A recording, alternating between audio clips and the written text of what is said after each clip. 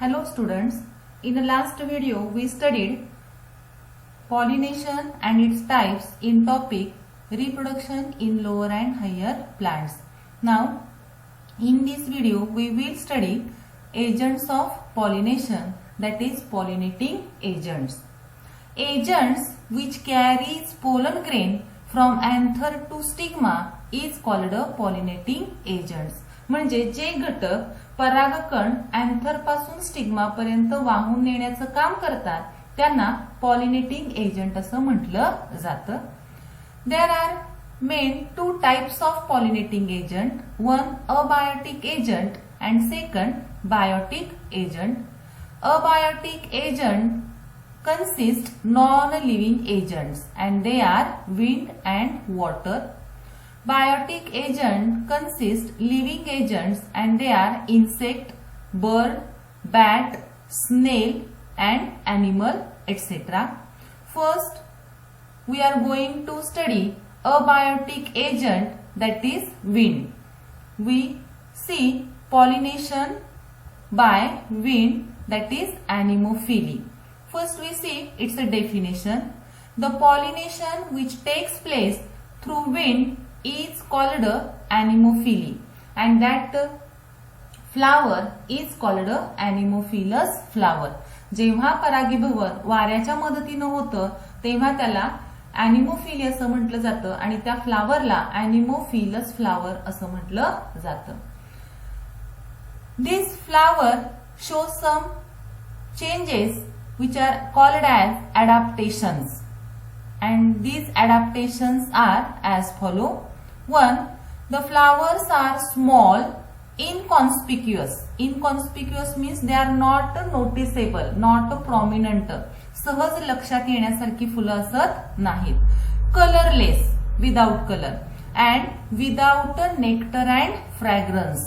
Nectar means sweet juice, ज्याला आपण फुलामधला मध असं म्हणतो, and fragrance means smell or odor. The flowers are small, inconspicuous, colorless, without nectar and fragrance. Then pollen grains are light in weight and dry. परागकण हे वजनाला हलके आणि कोरडे असतात जेणेकरून एका ठिकाणाहून दुसऱ्या ठिकाणी वाऱ्याच्या प्रवाहाबरोबर ते सहजरित्या वाहून जातील. Pollen grains are produced in a large amount. मोठ्या संख्येनं pollen grains फुलांमध्ये तयार होत असतात. Stigma is feathery to trap pollen grains. वाऱ्याच्या प्रवाहाबरोबर आलेले परागकण अडकण्यासाठी किंवा पकडून ठेवण्यासाठी याचा स्टिग्मा जो आहे तो फिदरी म्हणजे पंखासारखा तयार झालेला असतो. Stamen consist a long filament and versatile anther. We know the structure of stamen. Stamen consists of filament and anther, and its filament is long. Look at diagram. It consists of long filament and versatile anther. Versatile anther means anther which have a loose connection between anther and filament. Filament आणि anther ह्याच्यामध्ये loose connection असतं तेव्हा त्याला versatile anther असं म्हटलं जातं. Example crop plants like wheat, rice, corn, barley. Barley म्हणजे जव, ओट्स, मेज and palm.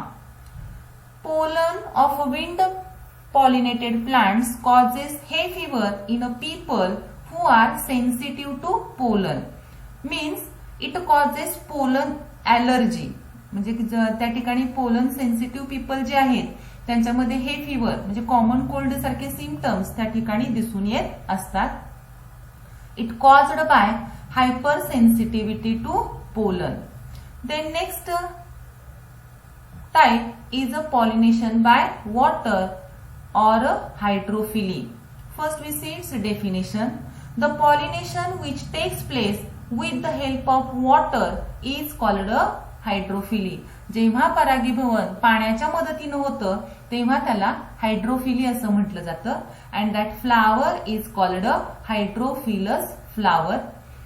Then it is present in 30 genera of aquatic monoplant like Zostera, Vallisneria, Ceratophyllum, etc.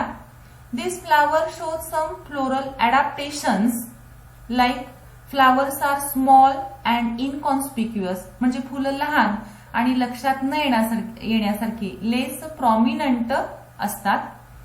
Then floral parts are unwettable due to covering of mucilage. एका चिकट पदार्थाचं आवरण फुलाच्या भागांवरती floral parts वरती असतं, त्यामुळे ते अनवेटेबल म्हणजे सहजरित्या भिजत नाही. Pollen grains are also unwettable due to mucilage and they are long. परागकण हे लांब असतात आणि अनवेटेबल असतात, भिजत नाहीत, कारण त्याच्यावरती एक म्युसिलेज चिकट पदार्थाचं आवरण ह्याच्यामध्ये असतं. Then nectar and fragrance is absent.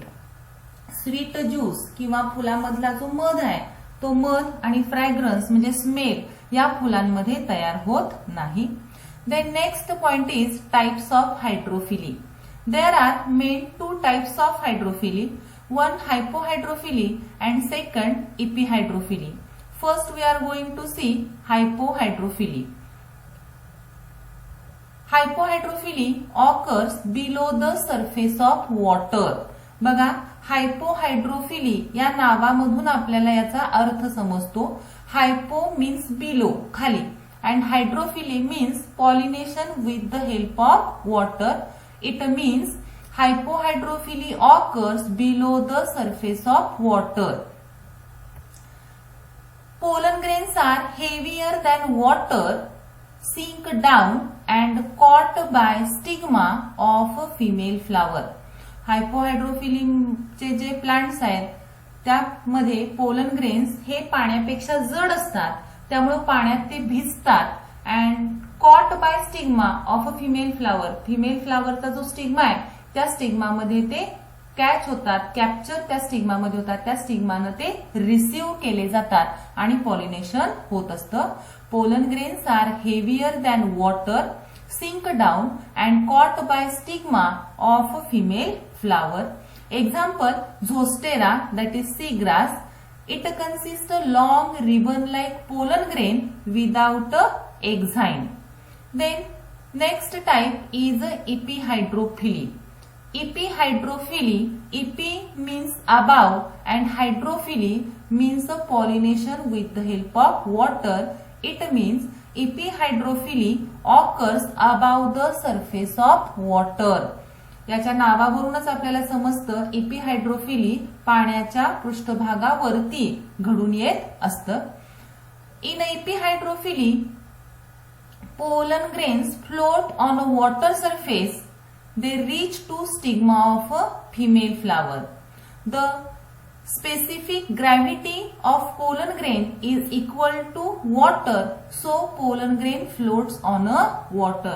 पाण्याची आणि परागकणाची स्पेसिफिक ग्रॅव्हिटी ही इक्वल एकसारखी असते आणि त्यामुळे परागकण पाण्यावरती तरंगतात आणि पाण्यावरती तरंगल्यामुळे फिमेल फ्लावरच्या स्टिग्माच्या कॉन्टॅक्टमध्ये त्या ठिकाणी ते येतात आणि पॉलिनेशन होत असतं. तर example Vallisneria. Vallisneria is a submerged dioecious fresh water aquatic plant in which female flowers reach the water surface. व्हॅलिस्नॅरियामध्ये फिमेल फ्लावर जे आहे ते पाण्याच्या पृष्ठभागावरती येतात and male flowers float on a water surface. आणि मेल फ्लावर जे आहेत ते पाण्यावरती तरंगतात अँड पॉलिनेशन टेक्स प्लेस. आपण डायग्राम मध्ये बघूया. देर आर बोथ डायग्राम्स, दोन्ही डायग्राम इथं आहेत, epihydrophily आणि hypohydrophily. It is a female plant. हे फिमेल प्लांट आहे आणि हे मेल प्लांट आहे. या ठिकाणी मेल प्लांट मध्ये तयार होणारे पोलन ग्रेन्स आहेत, हे पोलन ग्रेन्स पाण्यावरती तरंगतात. फिमेल प्लांट मध्ये फ्लावर जे आहे ते फिमेल फ्लावरचा जो स्टिग्मा आहे तो स्टिग्मा इथं बाहेर येतो आणि ह्या स्टिग्मावरती हे परागकण येऊन पडतात. तो स्टिग्मा ते पोलन ग्रेन रिसीव्ह करतो आणि पॉलिनेशन इथं पाण्याच्या पृष्ठभागावरती होत असतं, म्हणून त्याला epihydrophily असं म्हटलं जातं. हायपोहायड्रोफिली म्हणजे बिलो द वॉटर, पाण्याच्या खाली या ठिकाणी हे पॉलिनेशन होत असतं. या ठिकाणी परागकण जे आहेत पोलन ग्रेन्स जे आहेत ते हेवी पाण्यापेक्षा जड आहेत, त्यामुळे पाण्यामध्ये राहतात, जड होतात आणि त्यानंतर फिमेल फ्लावरच्या स्टिग्मानं ते कॅप्चर केले जात असतात. अशा पद्धतीनं इपिहायड्रोफिली आणि हायपोहायड्रोफिली हे घडत असतं. सम aquatic plants are anemophilous.